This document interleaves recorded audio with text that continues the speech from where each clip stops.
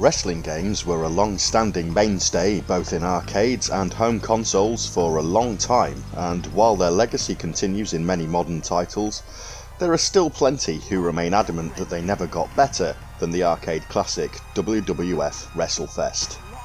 Like many of you, I have strong memories of this game from the seaside arcades of my youth, and revisiting it recently brought them all flooding back. Released in June 1991 by Japanese developer Technos, the game featured a great set of familiar faces from the WWF, with some notable by their absence. While you do get the likes of Hulk Hogan and the Ultimate Warrior, the inclusion of characters like Jake the Snake Roberts may seem unusual when the likes of The Undertaker and Macho Man Randy Savage are absent. There are some reports that Technos did want to use these characters but weren't granted the licenses to do so. I'm not sure how accurate those reports are, but either way, I'm actually glad that it went down that way. Having some more mid-tier characters involved somehow makes the whole thing feel more authentic, and though of course I would have loved to have played as The Undertaker, it is nice to see some more minor characters.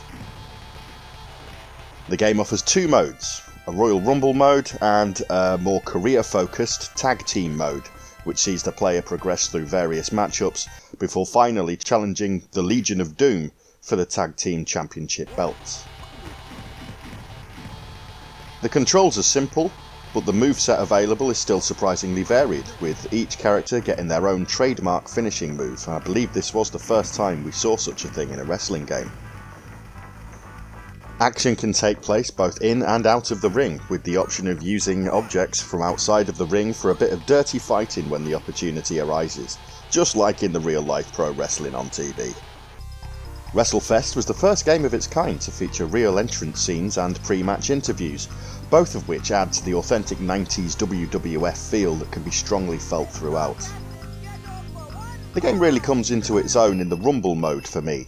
The number of characters in the ring at any given time makes things feel really chaotic and does a really good job of recreating that Royal Rumble atmosphere and translating it into an arcade game that keeps its focus on being fun to play, but with excellent graphics which hold up amazingly well for a game this old. While more modernised wrestling games do continue to be released every year, the legacy of WrestleFest does live on. Early 2021 saw the release of Retromania for PlayStation 4, Xbox One, Nintendo Switch and Steam in digital stores, with limited run games handling a short run of physical copies for those who want it. Reviews of Retromania seem to have been mixed in response, and for me, the only thing that can really scratch the WrestleFest itch is playing the original game itself.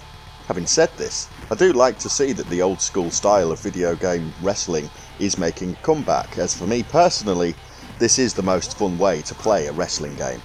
I mean really, why focus on any kind of realism when the real deal is fake to begin with? WrestleFest remains the undisputed heavyweight champion of the arcades in my eyes, and I'm sure it's the same for many of you. Let me know what you think of the game down in the comments. I'd love to hear about your memories of playing this one. So thanks for watching everyone. If you've enjoyed the video, don't forget to subscribe and check out the rest of our gaming reviews.